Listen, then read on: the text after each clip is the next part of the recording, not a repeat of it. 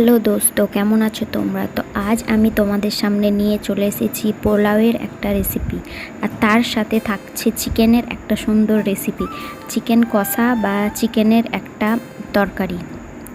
তোমরা কে কে পোলাও খেতে পছন্দ করো অবশ্যই কমেন্টে জানাবে।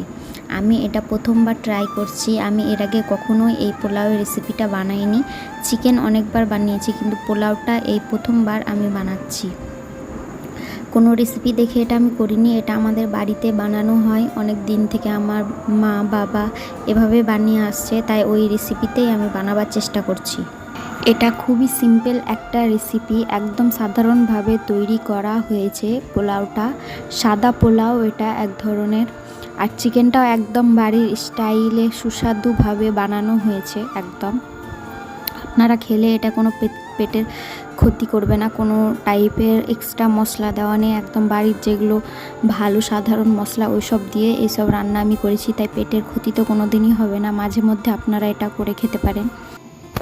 তো চলুন শুরু করি আজকের রান্নাটা। প্রথমে আমি সরিষার ভালো শুদ্ধ তেল একটা ঢেলে দিলাম, তারপর তাতে তেজপাতা, পেঁয়াজ এইসব দিয়ে কিছুক্ষণ নাড়াচাড়া করলাম। তারপরে যখন পেঁয়াজটা ব্রাউন হয়ে গেলো, তখন আমি ধুয়ে রাখা সুন্দর মাংসগুলাকে দিয়ে দিলাম সেই পেঁয়াজের মধ্যে। তারপরে কিছুক্ষণ সেটাকে কষে নিতে হবে ভালোভাবে। আর তারপরে আমি টমেটো দিলাম। কেউ কেউ টমেটো দেয়, আবার কেউ দেয় না, আপনার ইচ্ছা মতো আপনি করতে পারেন। আপনার যদি টমেটো ভালো লাগে তো দিতে পারেন।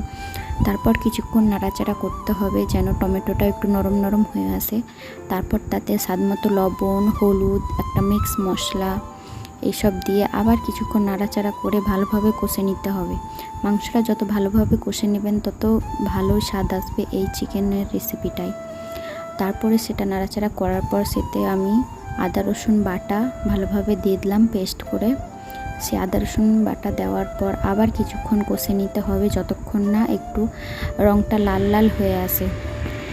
তারপর চিকেনটা কষতে কষতে যখন অনেকটা জল কমে আসবে, একদম নিচেটাই লেগে লেগে যাবে, তখন আমি হালকা একটু জল দিয়ে দিয়েছিলাম যাতে সেটা কষতে সুবিধা হয় এবং নিচেটাই লেগে না যায় মাংসগুলা বা ঝোলগুলা। তার জন্য আমি অল্প একটু পানি দিয়ে দিয়েছিলাম। তারপরে নাড়াচাড়া করতে করতে যখন একদম নিচেটা শুকিয়ে আসবে, দেখুন কিভাবে লেগে লেগে যাচ্ছে। এভাবে নাড়তে নাড়তে একদম যখন দেখবেন যে তলটা করা যায় না, লেগে যাচ্ছে মশলাগুলা মাংসগুলা, তখন একটু হালকা গরম জল করে সেই জলটা তখন এই মাংসতে দিয়ে দিতে হবে। আমি তো এভাবে ভালোভাবে কষে নিয়েছিলাম অনেকটা, তারপরে শেষে আমি অল্প জল দিয়ে দিয়েছিলাম। তারপর আমি যতটা চাল নিয়েছিলাম তার ডবল এই জলগুলা মেপে রেখেছিলাম। আর আমি এখানে চালগুলো মেপে নিয়েছিলাম, যতটা গ্লাসে চাল মাপবো আপনারাও মেপে নেবেন, তার ডবল একদম জল নেবেন। ডবলের একটু বেশি নেবেন, কিন্তু কম নেবেন না। তারপরে আমি এখানে পেঁয়াজও কেটে রেখে দিয়েছিলাম মিহি মিহি করে, এগুলোকে বেরেস্তা করতে হবে। আর আমি এখানে একটা ননস্টিক ফ্রাইং প্যানে সয়াবিন অয়েল ঢেলে নিচ্ছিলাম, আপনারা যে কোনো সাদা তেল করতে পারেন।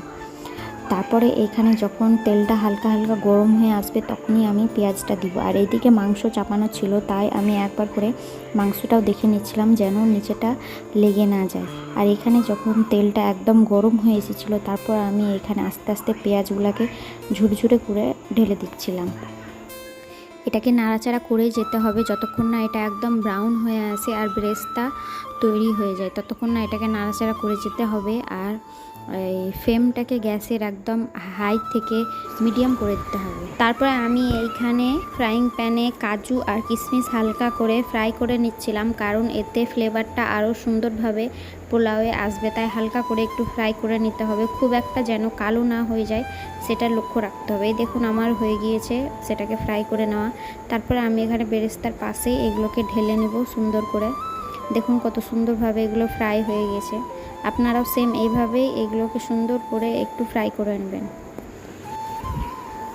এবার একটা ভালো মতো হাঁড়ি বা কিছু নিয়ে নেবেন যেটাতে আপনার সুবিধা হবে। সেইখানে এই অর্ধেকটা ঘি আর অর্ধেকটা সাদা তেল ইউজ করতে হবে, 1 চামচ বা হাফ চামচ করে ইউজ করতে পারেন আপনাদের স্বাদ অনুযায়ী। তারপর তাতে তেজপাতা, লং, এলাচ, কাঠ এসব জিনিস দিয়ে দিতে হবে। তারপর কিছুক্ষণ নাড়াচাড়া করে যখন ওটা একটু ব্রাউন ব্রাউন হয়ে আসবে, তখন যে চালগুলো মেপে ধুয়ে রেখেছিলেন ভালোভাবে সেই চালগুলা হাঁড়ির মধ্যে দিয়ে দিতে হবে। তারপরে কিছুক্ষণ নাড়াচাড়া করে যখন চালটা একটু ব্রাউন ব্রাউন না, একটু যখন দেখবেন যে ভালোভাবে ভাজা হয়ে গিয়েছে তখন তাতে সেই জলটা গরম করে ঢেলে দিবেন। যে ডবল জলটা আপনি মেপে রেখেছিলেন চালের ডবল, সেই জলটাকে গরম করে নেবেন, তারপর সেই চালের মধ্যে ঢেলে দিবেন।